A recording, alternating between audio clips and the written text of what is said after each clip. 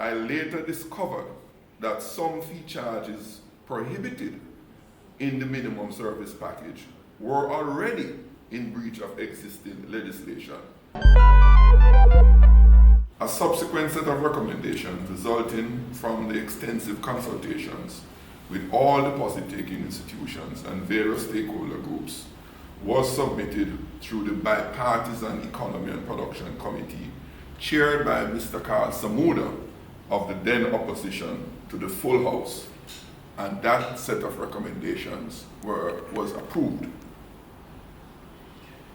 Those recommendations provided a minimum service package that would allow the face value of deposit funds to be protected from erosion by fees being imposed by banks and other protections provided therein.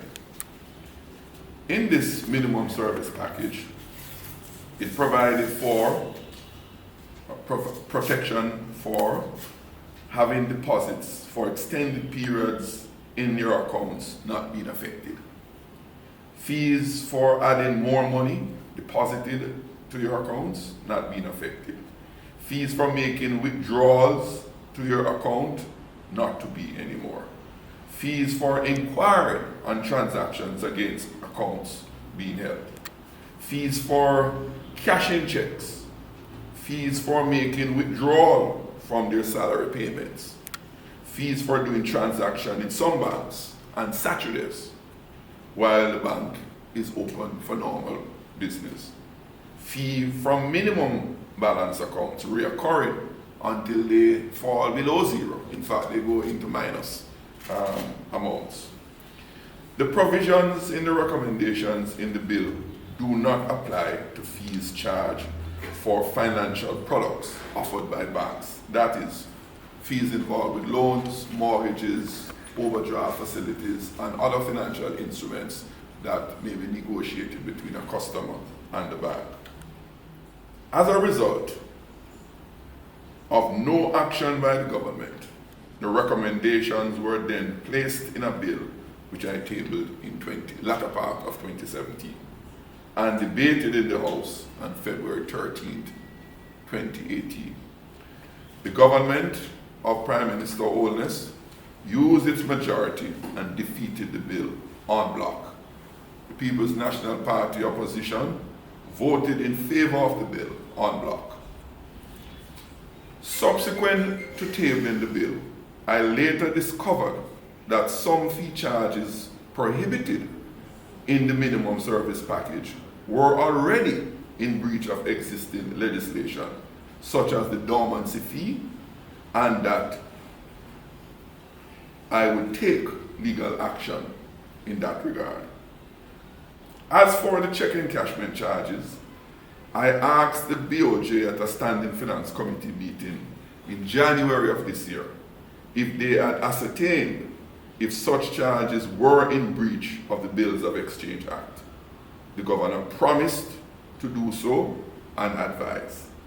To date, no response is forthcoming. I tabled some questions to the Minister of Finance on the same subject. The minister, interested in his response, and it's there in the parliamentary record, began to tell me what the industry says and explain why fees were being charged, and unequivocally stated that it was not in breach of the Bills of Exchange Act. Subsequent to that response, I asked the minister in Parliament if that legal advice was provided by the Attorney General's chamber, and he refused to answer. His refusal was so blatant that the Speaker of the House intervened, pressed him to answer. He nonetheless declined from answering. And against that background, I made a statement then that I believe that he has now become the official spokesman for the banks. It is important to note that when questions are tabled to a minister in Parliament, the question is not merely to the particular minister, in the case of the Minister of Finance, it is to the Cabinet and the government of the country that the Cabinet represents in the Parliament. So therefore, the response of Minister Clark was in fact the formal response of Prime Minister Holness's administration. Failing to one, confirm the source of the legal advice, I was left with no other choice but to turn to the courts to get that answer. When you look at Section 73 of the said Act, it defines what a check is. And it states clearly in Section 73 that a check is a bill of exchange drawn on a banker payable on demand.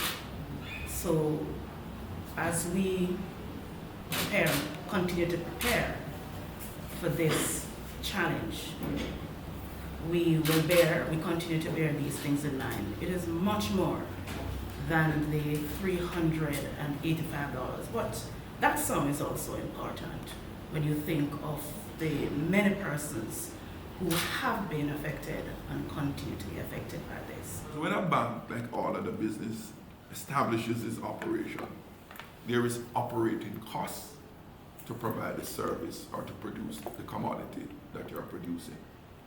And those operating costs include security, salaries, promotion, utility bills.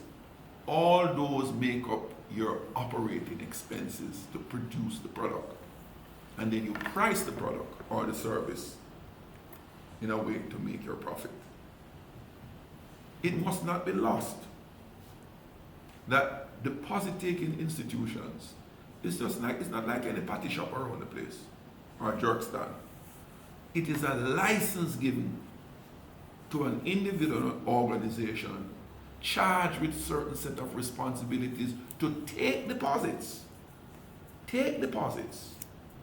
and gives the licensee the authority to unlend it to make a profit for themselves.